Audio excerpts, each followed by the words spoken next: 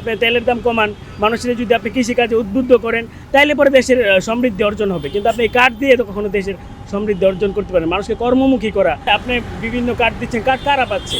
যদি আমরা একটু ভালো করে লক্ষ্য করি যে যারা কাঠ দিচ্ছে তাদের দলীয় কর্মীরা এই কাঠ পাচ্ছে। সাধারণ যে প্রান্তিক যে কৃষক বা আপনি শ্রমিক লেভেলের লোক, তারা আসলে বেসিক্যালি কাঠ পাচ্ছে না, এবং এই কাঠ দিয়ে তারা কেমন সুফলও পাচ্ছে না। কিভাবে আপনার রেমিটেন্সটা বাড়ানো যায়, কিভাবে দেশি পণ্য বিদেশে রপ্তানি করা যায়, এই সব ক্ষেত্রে সরকারের ফোকাস করা উচিত। এই কাঠ, তেলের দাম বাড়ানো, বিদ্যুতের দাম বাড়ানো, গ্যাসের দাম বাড়ানো, আসলে এগুলো করে জনগণের কাছ থেকে সরকার একটু বিচ্ছিন্ন হয়ে যাচ্ছে।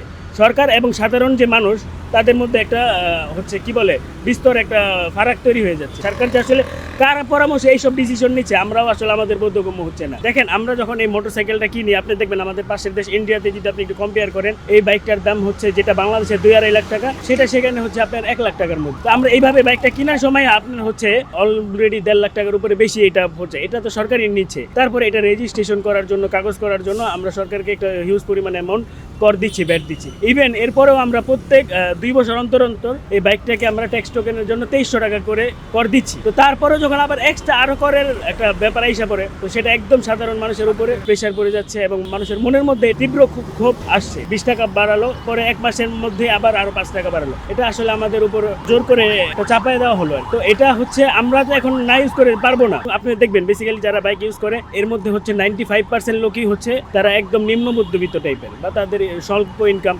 কেউ হয়তো রাইড শেয়ার করে, এটা দিয়ে জীবিকা নির্বাহ করে। সরকার বিভিন্ন খাত থেকে ট্যাক্স, ভ্যাট এগুলো পাচ্ছে। নিম্ন শ্রেণীর যারা আছে তাদের উপর যে এটা তারা চাপিয়ে দিচ্ছে, এটা খুব কষ্টকর। এই বাইকটা হচ্ছে আমাদের বিলাসিতা না, এটা হচ্ছে আমাদের দৈনন্দিন জীবনের যাতায়াতের জন্য এটা হয়। কারণ আপনারা জানেন ঢাকা শহরে অনেক জ্যাম থাকে।